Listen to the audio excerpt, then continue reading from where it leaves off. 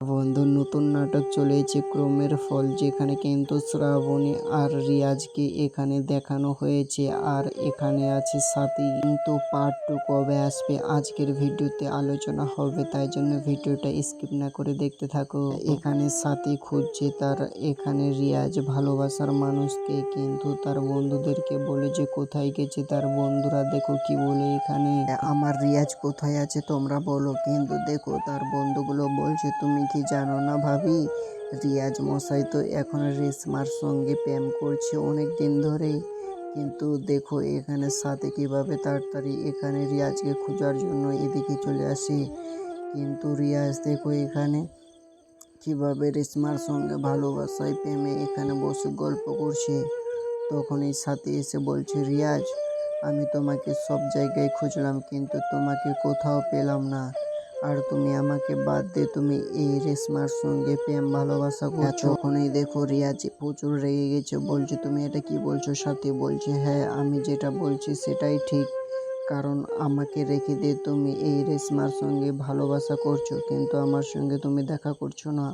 তখনই দেখো রিয়াজ বলছে, চুপ করো, তুমি এগুলো কি বলে যাচ্ছ আলভাল।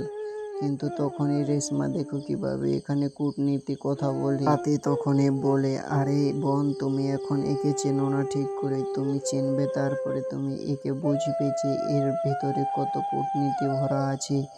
তখনই সাথী এখান থেকে কান্না করতে করতে চলে যায়। কিন্তু এদিকে দেখো রিয়াজ সকালবেলা ঘুম থেকে উঠে কিভাবে তার মাকে ডাকছে, বলছে মা মা তুমি কোথায় আছো, তুমি তাড়াতাড়ি এদিকে আসো এদিকে আসো। তখনই তার মা বলছে, কি হয়েছে, আরে কি হয়েছে, সকালবেলা আমাকে ডাকাডাকি কেন করছিস। রিয়াজ তখনই বলে, মা তুমি কি জানো আমি খুবই খারাপ স্বপ্ন শুনছি। আমাকে রাত্রেবেলা ওই একটা মানুষ এসে আমার মুখটা চাপে ধরছে আর আমি নিঃশ্বাস নিতে পারছি না।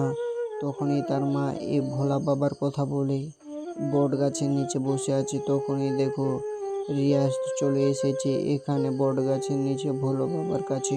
এখানে এসেই সঙ্গে সঙ্গে পায়ের মধ্যে পড়ে গেছে, বলছে তুমি আমাকে বাঁচাও, তুমি আমাকে বাঁচাও। তখনই ভোলা বাবা বলছে, আরে তোমার কি হয়েছে বাবা।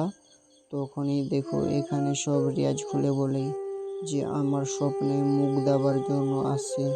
তখনই ভোলা বাবা ওষুধ নেওয়ার জন্য এখানে শ্রাবন্তীকে ডাকে।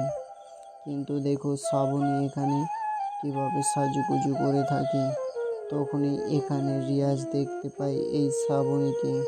তখনই দেখো শ্রাবণীকে কিভাবে এখানে দেখতে থাকে, কিন্তু এখান থেকে তো শ্রাবণী চলে যায়।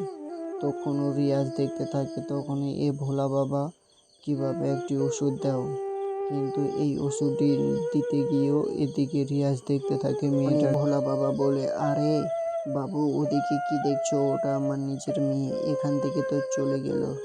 ঠিক আছে দেখো। তারপরে রিয়াজ এমনও কথা বলে এই ভোলা বাবাকে বলছে, আমি তোমার মেয়েকে বিয়ে করব। তখনই আবারও শ্রাবণীকে ডাকে আর নিজের মেয়েকে বলে যে এই দেখো এই রিয়াজের হাতে তোমার হাতটা তুলে দিলাম, এবার আমি মরে শান্তি পাবো। আসলে সত্যি এ ভোলা বাবা, কিন্তু তোমরা হয়তো জানো না এদের বিয়ে করে দিল কিন্তু ভোলা বাবা এখনো বিয়ে করেনি। এটা কিভাবে। কিন্তু দেখো কয়েক বছর যাওয়ার পর এখানে রিয়াজের জুতাগুলো কিভাবে ছিঁড়ে যায়।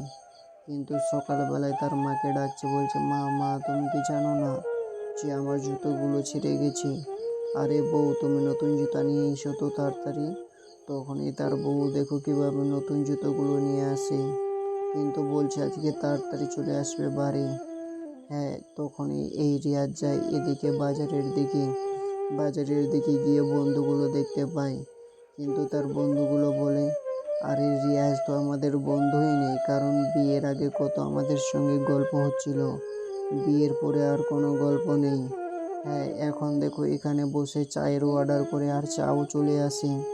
কিন্তু হ্যাঁ বন্ধু, এই ভিডিওর তোমরা পার্ট 1 দেখেছো সবাই, কিন্তু পার্ট 2 কবে আসবে এখনই তোমাদের জানিয়ে দেওয়া হবে। বন্ধু তোমাদের জানাতে চাই যে পার্ট 1 শেষ, পার্ট 2 দেখার জন্য তোমরা অপেক্ষা করো না।